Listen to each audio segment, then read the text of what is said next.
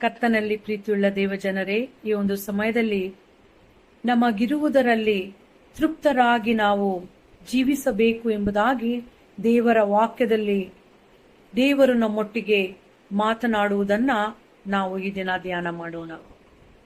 ಇಬ್ರಿಯರಿಗೆ ಬರೆದ ಪತ್ರಿಕೆ 13ನೇ ಅಧ್ಯಾಯ 5ನೇ ವಚನದ 2ನೇ ಭಾಗದಲ್ಲಿ ನಾವು ನೋಡುವಾಗ, ನಿಮಗಿರುವವುಗಳಲ್ಲಿ ತೃಪ್ತರಾಗಿರಿ ಎಂಬುದಾಗಿ ಸ್ಪಷ್ಟವಾಗಿ ಬರೆಯಲ್ಪಟ್ಟಿದೆ. ನಮಗಿರುವವುಗಳಲ್ಲಿ ನಾವು ತೃಪ್ತರಾಗಿರಬೇಕಾಗಿದೆ. ನಮ್ಮ ಹತ್ರ ಸ್ವಲ್ಪವಿದೆಯಾ? ಅದರಲ್ಲಿ ನಾವು ತೃಪ್ತರಾಗಿರೋಣ. ನಮ್ಮ ಹತ್ರ ಹೆಚ್ಚು ಇದೆಯಾ? ಅದರಲ್ಲಿ ನಾವು ತೃಪ್ತರಾಗಿರೋಣ. ನಾವು ಅನೇಕ ಸಾರಿ ಬೇರೆಯವರ ಜೀವಿತಗಳನ್ನ ನೋಡಿ, ಬೇರೆಯವರ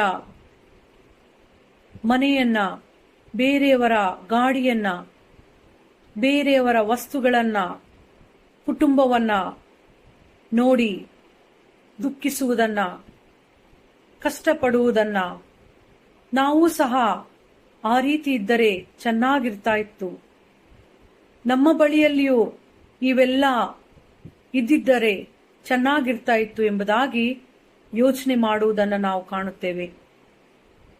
ಆದರೆ ದೇವರ ವಾಕ್ಯ ನಮ್ಮೊಟ್ಟಿಗೆ ಮಾತನಾಡುವಂಥದ್ದಾಗಿದೆ. ನಮಗಿರುವವುಗಳಲ್ಲಿ ನಾವು ಸಂತೃಪ್ತರಾಗಿ ಜೀವಿಸುವುದನ್ನ ಕಲಿಯೋಣ. ಯಾಕಂದರೆ ಅಪೊಸ್ತಲನಾದ ಪೌಲನು ಫಿಲಿಪ್ಪಿಯವರಿಗೆ ಬರೆದ ಪತ್ರಿಕೆ 4ನೇ ಅಧ್ಯಾಯ 11 ಮತ್ತು 12ನೇ ವಚನದಲ್ಲಿ ಸುಂದರವಾಗಿ ಬರೆದಿರುವುದನ್ನು ನಾವು ನೋಡ್ತೇವೆ. ನನ್ನ ಅಗತ್ಯಗಳ ಕುರಿತಾಗಿ ನಾನು ಇದನ್ನು ಹೇಳುತ್ತಿಲ್ಲ, ನಾನಂತೂ ಇದ್ದ ಸ್ಥಿತಿಯಲ್ಲಿಯೇ ಸಂತೃಪ್ತನಾಗಿರುವುದನ್ನು ಕಲಿತುಕೊಂಡಿದ್ದೇನೆ.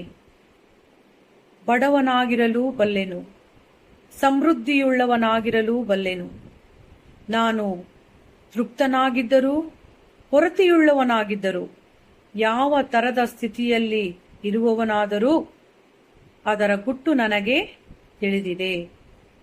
ಎಷ್ಟು ಸುಂದರವಾಗಿ ಈ ವಾಕ್ಯಗಳು ಬರೆಯಲ್ಪಟ್ಟಿದೆ. ಯಾವ ಸ್ಥಿತಿಯಲ್ಲಿ ನಾನಿದ್ದರೂ, ಎಲ್ಲಾ ಸ್ಥಿತಿಯಲ್ಲಿ ಯಾವ ರೀತಿಯಾಗಿ ನಡೆದುಕೊಳ್ಳಬೇಕು, ಯಾವ ರೀತಿಯಾಗಿ ಜೀವಿಸಬೇಕು, ಆ ಗುಟ್ಟು ನನಗೆ ತಿಳಿದಿದೆ. ಸಂತೃಪ್ತರಾಗಿ ಜೀವಿಸುವಂಥದ್ದು ನಾವು ಕಲಿಯಬೇಕಾಗಿದೆ. ಆ ಗುಟ್ಟು ನಮಗೆ ತಿಳಿಯಬೇಕಾಗಿದೆ. ಯಾಕಂದರೆ ನಮ್ಮ ಜೀವನ ಯಾವಾಗಲೂ ಒಂದೇ ಸಮ ಇರುವುದಿಲ್ಲ. ಈ ದಿನ ಕಷ್ಟದಲ್ಲಿ ನಾವಿರಬಹುದು, ನಾಳೆ ದಿನ ಆನಂದ ನಮಗೆ ಬರಬಹುದು.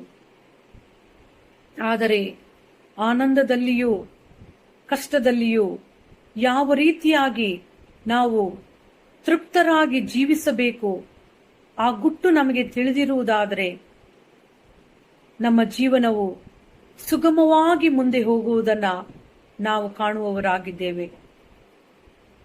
ಆದ್ದರಿಂದ ಪ್ರಿಯ ದೇವಜನರೇ, ಈ ಒಂದು ಸಮಯದಲ್ಲಿ ನಮಗಿರುವವುಗಳಲ್ಲಿ ಸಂತೃಪ್ತರಾಗಿ ದೇವರನ್ನ ಕೊಂಡಾಡುತ್ತಾ, ದೇವರು ನಮ್ಮನ್ನ ಮುಂದೆ ನಡೆಸುವ ಹಾಗೆ, ಇನ್ನೂ ಆತನಿಗಾಗಿ ಜೀವಿಸುವ ಹಾಗೆ, ತೃಪ್ತಿಯ ಜೀವಿತವನ್ನ ಜೀವಿಸಲಿಕ್ಕೆ ದೇವರು ತಾನೇ ನಮಗೆ ಸಹಾಯ ನೀಡಲಿ.